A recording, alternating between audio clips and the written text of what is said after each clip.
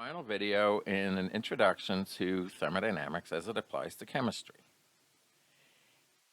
In the previous video, linked in the description below, we quantified the well-known fact that in this universe, energy flows spontaneously from high to low.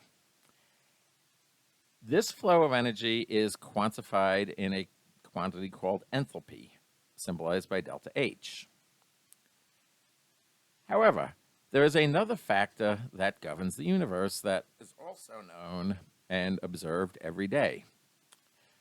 That is, if you clean a room, no matter how hard you try, if you do nothing, eventually, order spontaneously moves to disorder. You do not have to get any effort at all to make the room dirty.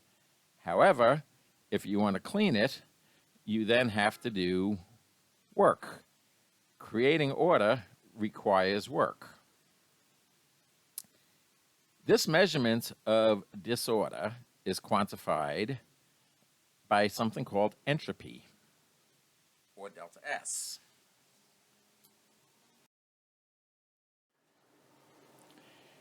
In the universe, order flows spontaneously towards disorder.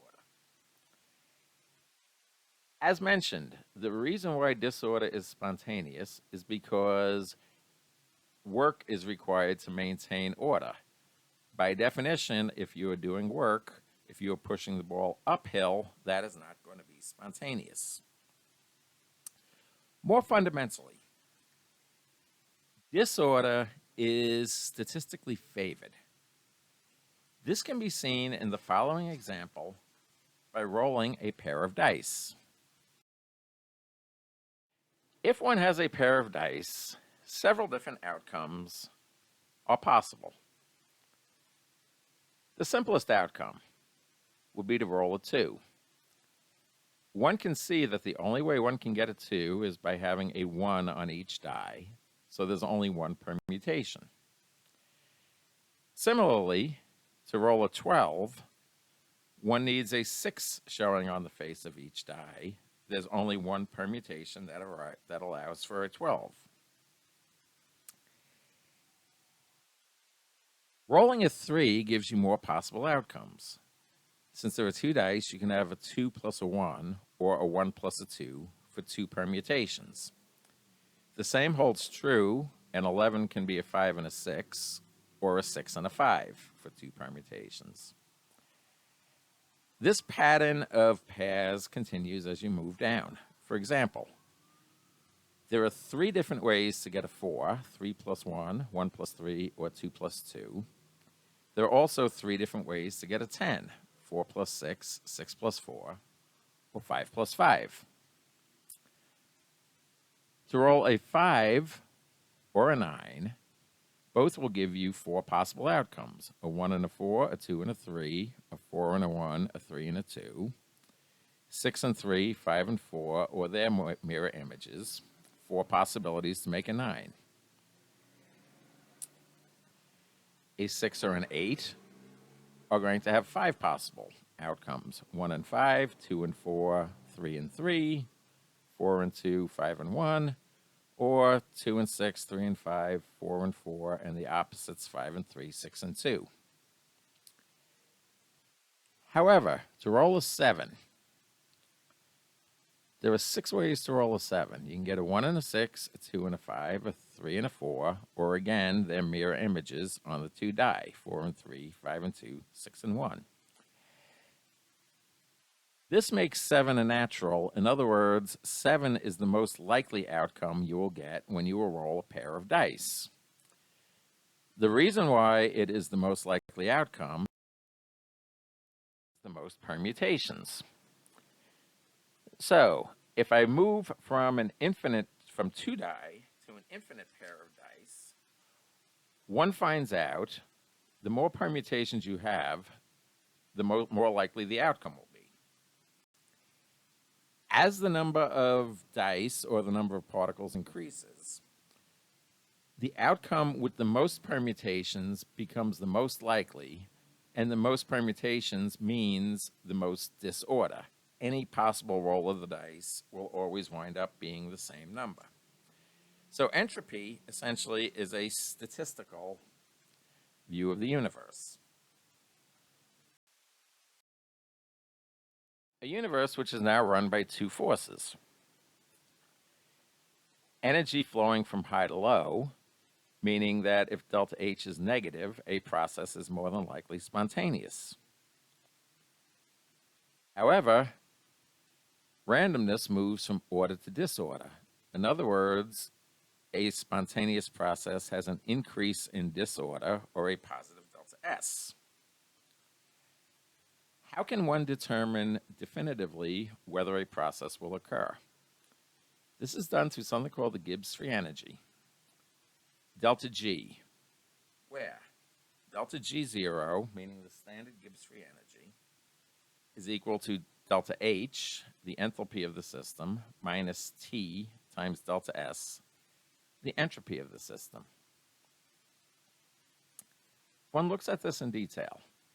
Outcomes can be determined, again, preferentially.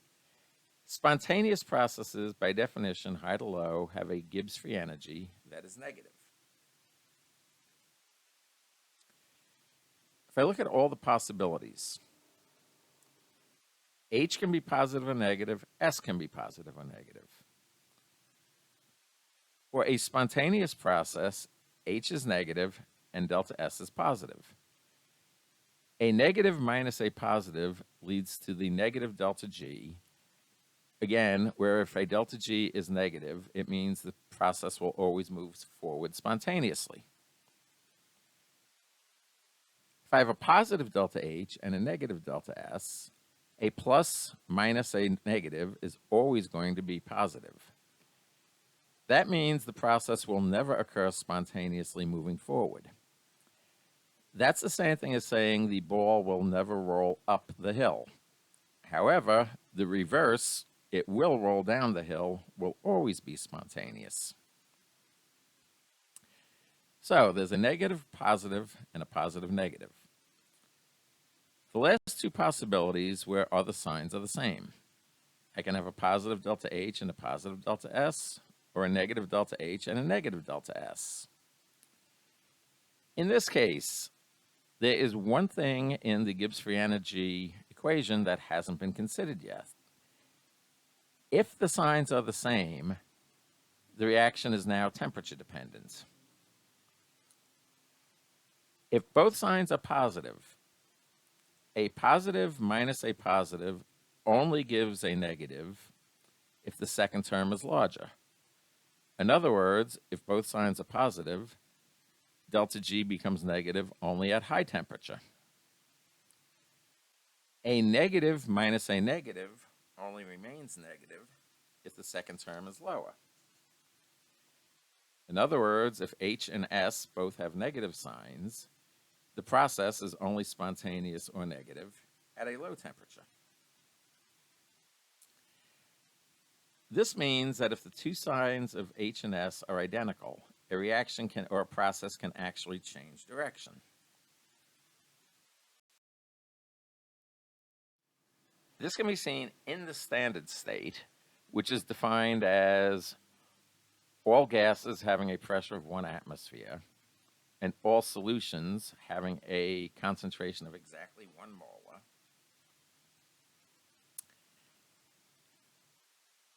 The standard Gibbs free energy is the standard enthalpy of the reaction, which is products minus reactants.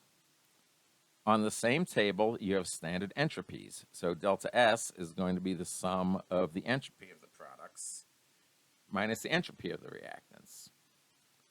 And as seen, temperature only has an effect on this outcome if the signs of H and S are the same.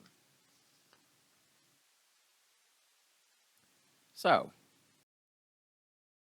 if I have some reaction, calcium carbonate decomposing to calcium oxide and CO2,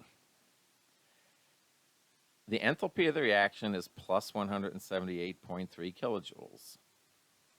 The entropy change is plus 0.161 kilojoules per degree Kelvin. What will happen to this reaction with temperature? If delta G is negative, we know the reaction will move forward spontaneously. If delta G is positive, it will move in reverse.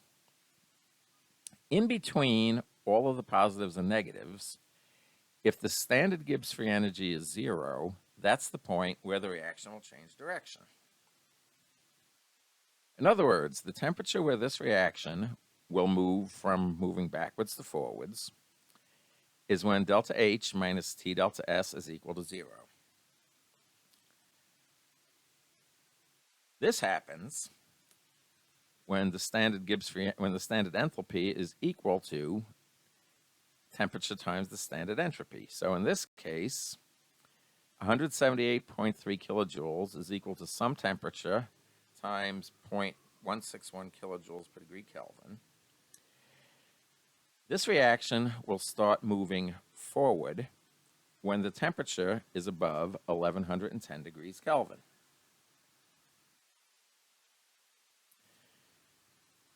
So in the standard state, temperature has only an effect if delta H and delta S are both the same temperature. What about the non-standard state? Meaning, what about a process in which the gases are not 1 atmosphere, or the concentration of the solutions are not equal to 1 molar?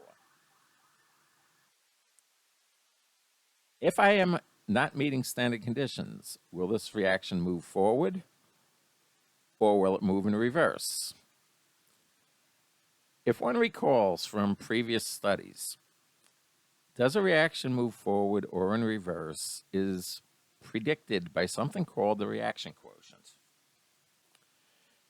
which again is equal to the ratio of products over reactants as related by the balanced equation. In previous videos on equilibrium, which will be linked in the description below, you will see if Q is greater than K, the equilibrium constant, it means the reaction will move to the left because you have too much product. If Q is less than K, you have too much reactant, so you'll move to the right. And if Q is equal to K, it means the reaction is at equilibrium and will not shift. So,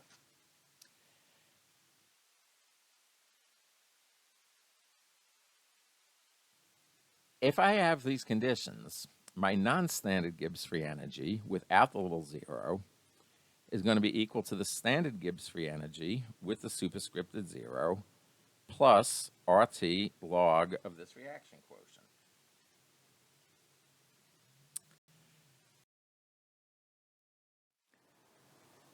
I have methanol, CH3OH, going to carbon monoxide and 2 moles of hydrogen.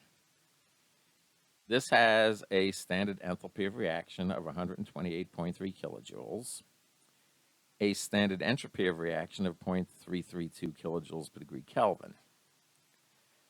Will this reaction be spontaneous at 25 degrees C with a pressure of 0.855 atmospheres on the methanol, 0.125 atmospheres on the carbon monoxide, and 0.183 atmospheres on the hydrogen? The thing to note is not what these pressures are, but what they are not equal to. 0.855, 0.125, and 0.183 are not equal to 1, which means I have non-standard conditions. Therefore, spontaneity is determined by the non-standard Gibbs free energy.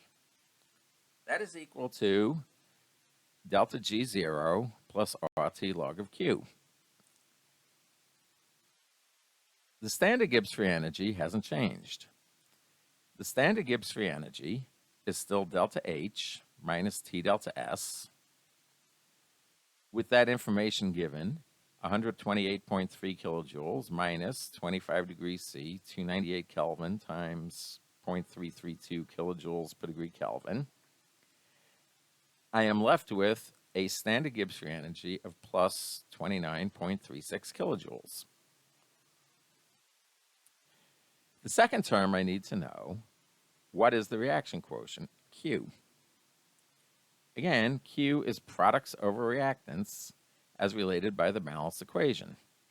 So my products, I have 1 carbon monoxide times 2 moles of hydrogen, so it's the pressure of hydrogen squared, divided by 1 mole of CH3OH.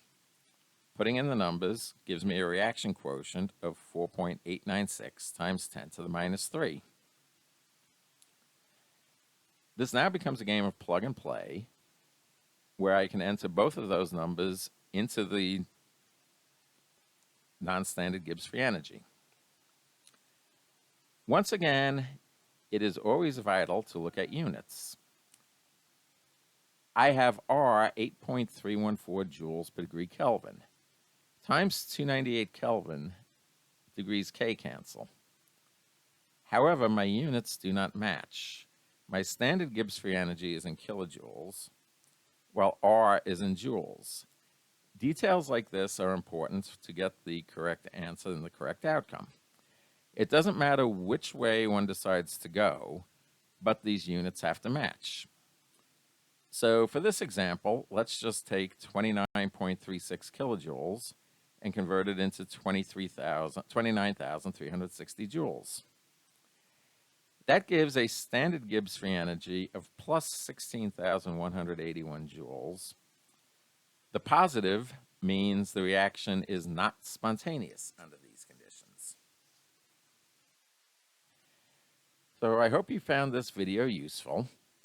In the description below, you will also see a link to a list of more advanced videos on thermodynamics if you are interested.